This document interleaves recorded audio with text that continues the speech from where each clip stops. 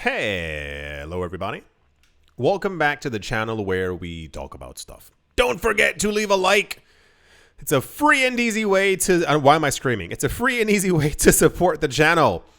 It looks like this. Over the years, we've had news. How do I say this?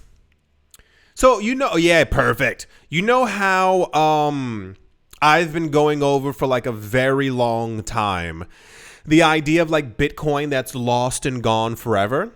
This is it.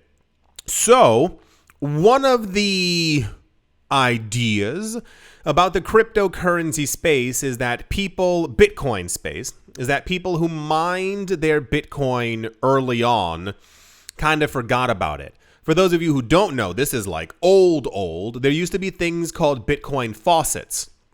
These were literal websites where you could click, give me free Bitcoin. And in the very beginning, they would give you 5 Bitcoin. Some of them would give you like 20. This isn't a joke. Like, these were actual things.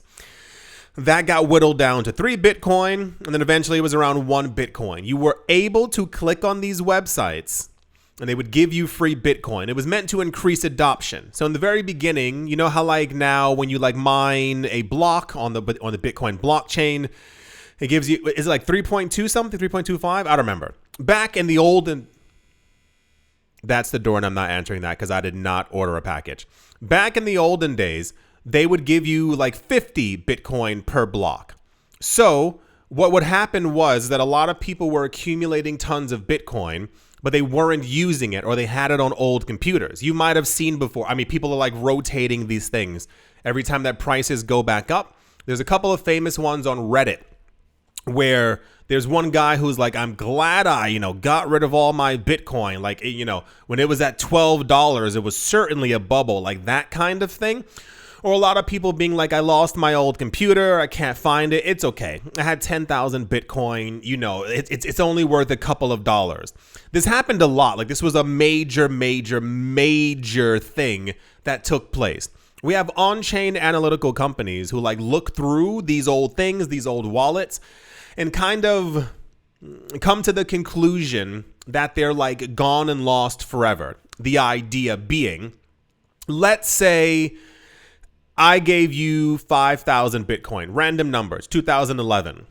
At some point in 2015, you see, oh, that stuff I got for pennies is worth a couple $100. That's kind of cool. By the time you get to 2017, you're sitting on several $1 million. Now, what do? Do you leave these millions of dollars on that old computer? Or do you go buy a brand new computer to put those coins on, and or multiple computers and ledgers and other things like that? You keep that money safe. Bitcoin goes up even higher in 2021. Do you keep the money on the old 2017 computer? No, you move it. You move it to a new computer. You might even start contacting cryptocurrency companies to be like, hey, can you custody this for me?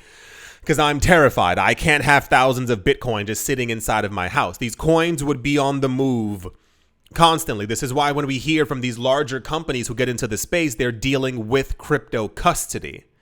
It's the idea that as it balloons into more money, people are like, I can't hold this myself. Can you hold it for me?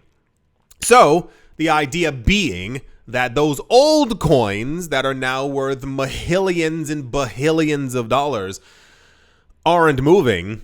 They're lost and technically gone forever. One big batch that didn't make it into the news for years. This was news back in 2017 and 2016, and it's only relaunching back into the space again. I don't know if it was out of fear, the discussion of centralization, I'm not really sure. The original wallet that Satoshi Nakamoto was using kind of belonged to him. Got it. Logical, right? He was one of the first people who was actually mining Bitcoin back when it was just shooting out Bitcoin, like tons of Bitcoin every single day. And his wallet address accumulated over 1 million Bitcoin. It was talked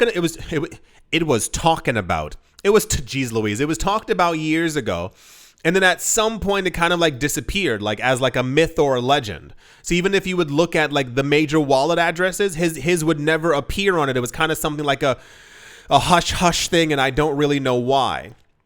Well, guess what? It has thrown itself back into the cryptocurrency news because of something quite weird. The word's not spectacular in any given way. Bitcoin ETFs have been on a run,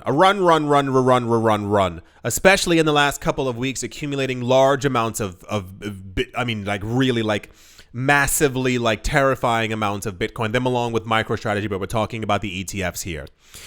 The ETFs, in less than 11 months, have officially accumulated more Bitcoin than the original wallet from Satoshi Nakamoto. At the time of me making this video, the Bitcoin ETFs are not too far away from actually having around 1.5 million Bitcoin. Not too far away from 1.5 million Bitcoin. I think it has the number here for the Satoshi one. Nope. All it says is that Satoshi has over a million Bitcoin, and the ETF wallets now have completely surpassed that. BlackRock is leading the ETF pack with 521,375 Bitcoin, followed by Grayscale and Fidelity.